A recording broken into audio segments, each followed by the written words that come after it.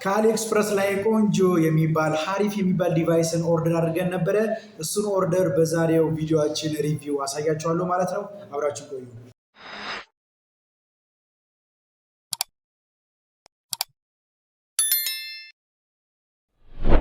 ሰላም ጤና ይስጥልኝ፣ እንደምን አላችሁ? እኔ አሸናፊ ነኝ። ዛሬም በሌላ ቪዲዮ መጥቻለሁ ማለት ነው።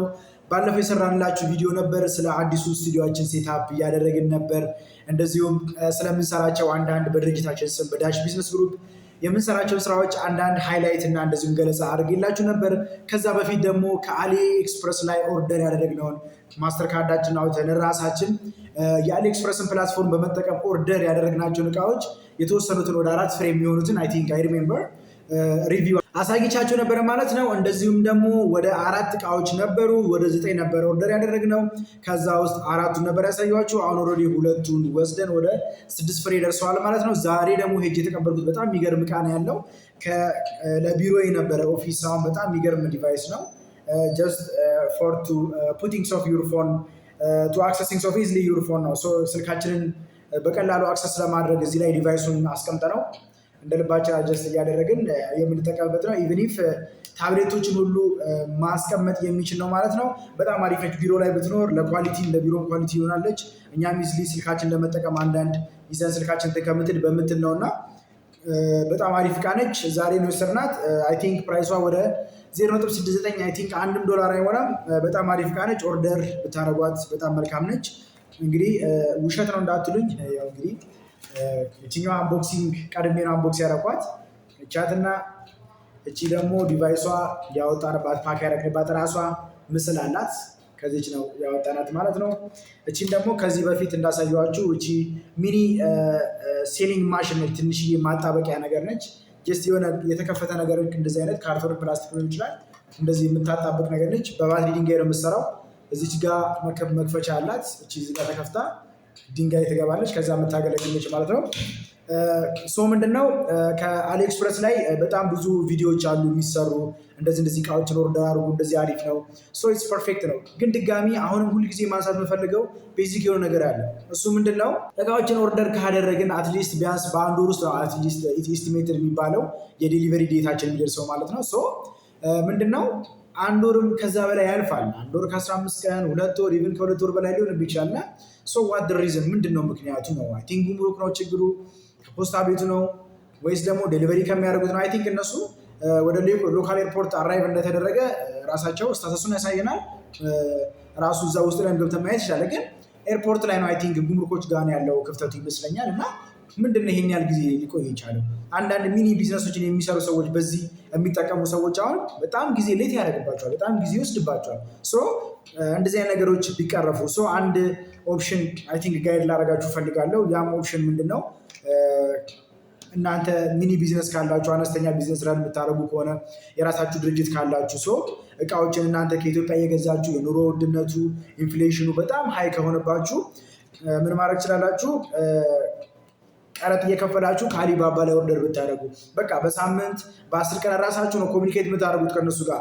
አሊኤክስፕረስ ራሳቸው ሲስተሙ ወይም ደግሞ ራሳቸው አቅራቢዎቹ በሰጧችሁ ቀን ነው የሚያደርሱላችሁ።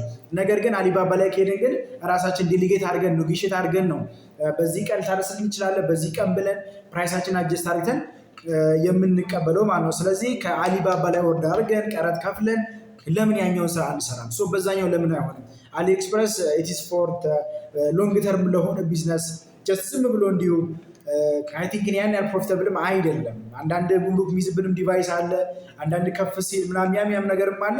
ሶ ከአሊባባ ላይ ኦርደር አድርገን ራሱ በቢት ማስተር ካርድም ፔፓልም ከአሊባባ ጋር አድ ማድረግ ስለሚቻል እሱን ተጠቅመን ብንሰራ ብዬ ያው እንደ ሪኮሜንዴሽንም ለማቅረብ ያህል ነው። ኤኒዌይስ ዛሬ የተቀበልናት አንድ ዲቫይስ አለች። እችኛም ያሳያችሁ ነች። ስልካችንን ቢሮ ላይ ስፔሻሊ ቢሮ ላይ የምንሰራ ሰዎች ኢዝሊ አክሰስ ለማድረግ ስልካችንን ኢዝሊ አስቀምጠን እንደ ልባችን ለመጠቀም ታገለግለናለች ማለት ነው። ፕራይሷ እንደነገርኳችሁ $0.69 ፍሪ ሺፒንግ ነው። ሺፒንግ የለውም። በጣም ፐርፌክት ነው። ከአሁን በፊትም ደግሞ እቺንም ማሳይቻቸዋለሁ። አይ ቲንክ ይመስለኛል ማጣበቂያ ነች።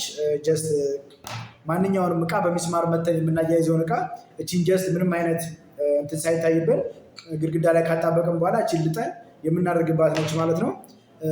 ኤኒዌይስ ይህንን ሀሳብ ልሰጣችሁ ሼር ላደርጋችሁ የደረሰልን ዕቃ ለእናንተም ሪቪው ለማድረግ እንደዚሁም ደግሞ አሊኤክስፕረስ ላይ ያሉ አንዳንድ ነገሮችን ፕላስ ጉምሩክ ጋር ያሉ ክፍተቶችን እንደዚህ ነገሮች ሁሌ ማንሳትና ማውራት የምፈልገው ነገር ነው። ምክንያቱም በቃ በብዙ ነገር ነው የምንስተጓጎለው። ይሄ ነገር ቢስተካከል ምን ቢል ጉምሩኮች ጋር ያለው ነገር እንትን ቢል ኤኒዌይስ ግን ለአሁኑ ሪኮመንድ ማድረጋችሁን ሀሳብ ነግራችኋለሁ። አሊባባ ላይ ክፍያ ካርዳችሁ ማስተር ካርዳችሁም ሆነ ለየትኛውም ኢንተርናሽናል መክፈያ ካርዳችሁን አዳርጋችሁ በአሊባባ ብታደርጉ ሞሮፍ አሪፍ ነው። የተወሰነ ሜቢ ፕራይስ ትንሽ ከፍ ሊል ይችላል።